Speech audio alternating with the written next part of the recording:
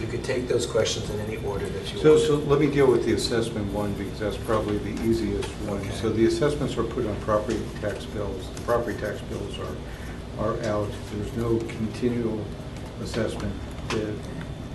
Borrow probably a bad pun, but that train left the station for this year when the property tax bills went out. So people pay their property taxes, the assessment is collected, and it's remitted to the city to sit in the fund. What happens to that money then if it's determined that the project is not going forward? So we actually have an obligation to turn that money over to the DDA within a certain number of days of receipt. The DDA holds it.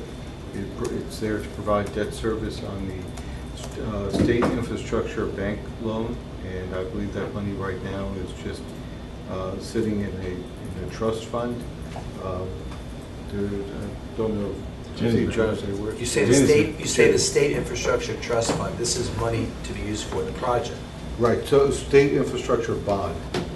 So the commitment one of the commitments that we had was to put in $20 million plus or minus that was raised through an assessment. The original intent of that was to put the assessment in place and to float a bond with the assessment. In lieu of floating a bond, we were able to go to the state infrastructure bank and take out a loan, or the DDA took out a loan, which is backed by the assessment that is collected. So we collect the assessment, the county collects the assessment to the property tax collector, gives us the money, we give it over to the DDA. The DDA is then responsible for paying the debt service on the loan from the state, but I don't believe any debt service has been paid yet because the loan has not been. It hasn't been funded. The loan has been funded. They have not needed to call. They've not drawn on it. Or drawn on it. Right. So the money is sitting there in the trust fund for that purpose.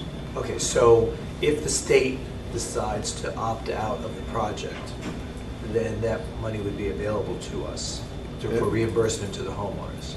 It would be my opinion, non-legal opinion, that would go back to the properties that generated it. Okay. The property.